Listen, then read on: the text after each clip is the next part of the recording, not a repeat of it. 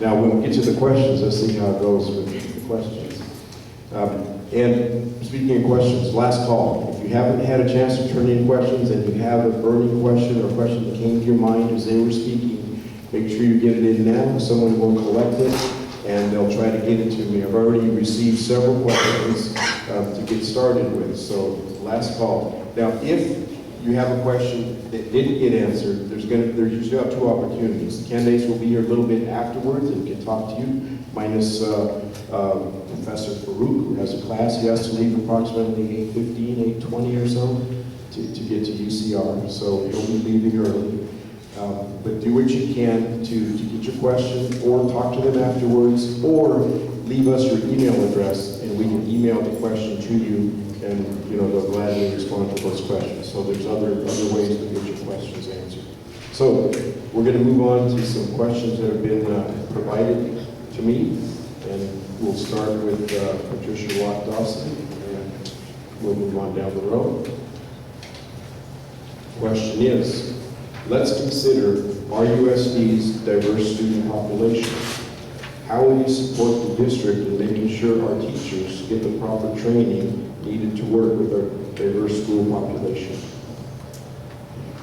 Well, it's a problem in our district that we have a majority of white teachers and we have a majority of non-white students. So that's been of interest to me and a passion of mine.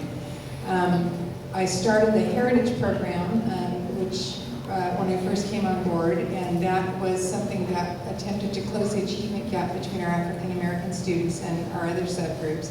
That's so successful now, that's expanded to include other groups, and we're going on in its third year next year.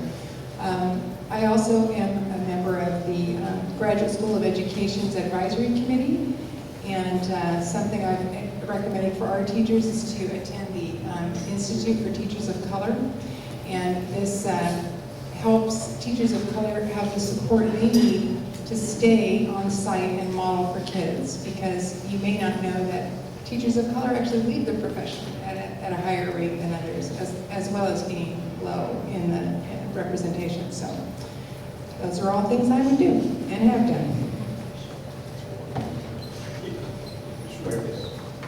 Well, thank you. I'm sure it's obvious that I myself am not Hispanic, and that I married my husband 28 years ago. So for me, being involved in my now family so deeply in our culture, in our heritage, it's given me a lot of knowledge and firsthand experience that has really served me well in the communities that we live in, the communities that my kids go to school in.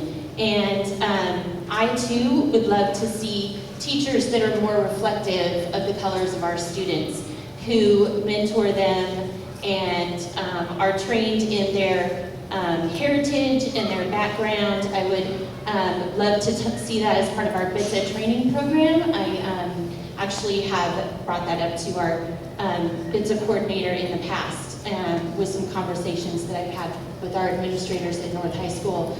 Shared experiences in mentoring for each other is vital.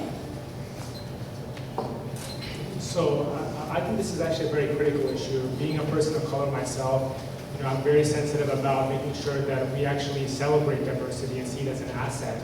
And I think that there's a very exciting opportunity. The Heritage Plan was mentioned, but I think now with the local control funding formula providing priority to English as a second language, we have extra funds. We can try to really expand and include the Latino community in addition to the African American community with those outreach efforts. But I also think that there's a lot of opportunities with cultural diversity, where people can really, when their culture is being taught in the classroom as well as with the teaching and the education itself, it can really expand the motivation for young people to want to get involved more when they feel a sense of pride from where their community and their heritage comes from.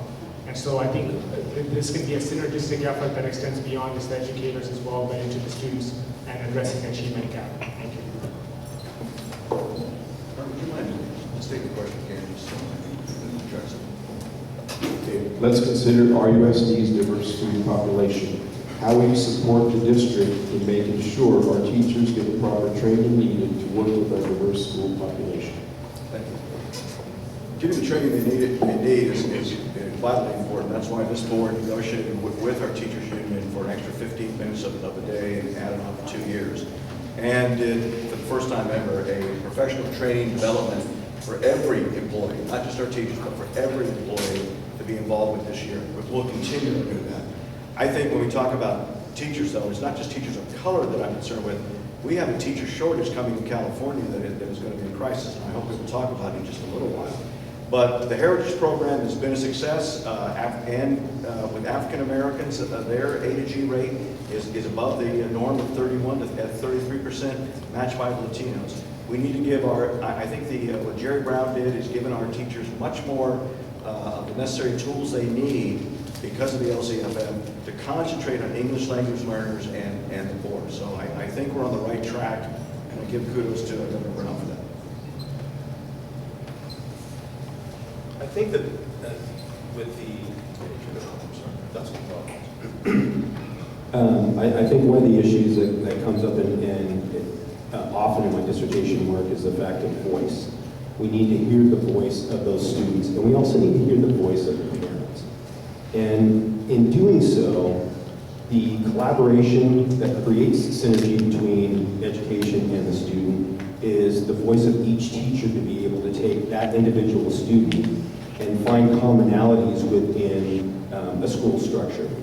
I had a conversation with a middle school teacher, and one of the things that this individual wished that they would incorporate again is sitting down on every level. So you're talking English and history and math, sitting down on every level and talking about one single student to be able to say what worked here and what worked there. This is individual learning. This is self-determination, which is part of my PhD research, and I know that it does work.